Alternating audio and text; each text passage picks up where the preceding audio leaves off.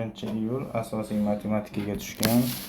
Keyingi savolimizga ko'ramiz. Tenglama 21 tenglamamiz yechimini ko'ramiz. Bu yerda ko'rinishni salgina o'zgartiraylik, ya'ni bo'lib olaylik. X kvadrat plus 1 taqsim x kvadrat bo'ladi. Keyingisi 4 ko'paygan x plus 1 taqsim x bo'ladi. Shunda plus 5 barobar 0 ekan. Qarang, mana buni agar men t deydigan bo'lsam, bu t kvadrat minus 2 ni beradi. Mana uni kvadrat ko'tarsalaringiz chiqadi. Ko'pchilik shuni t kvadrat deb o'ylaydi, xato qiladi. Demak, t kvadrat minus 4t plus 3 barobar 0. Bundan bitta t birimiz 1, t ikkimiz 3 chiqadi mana. Endi bularni ishlaymiz. Qarang.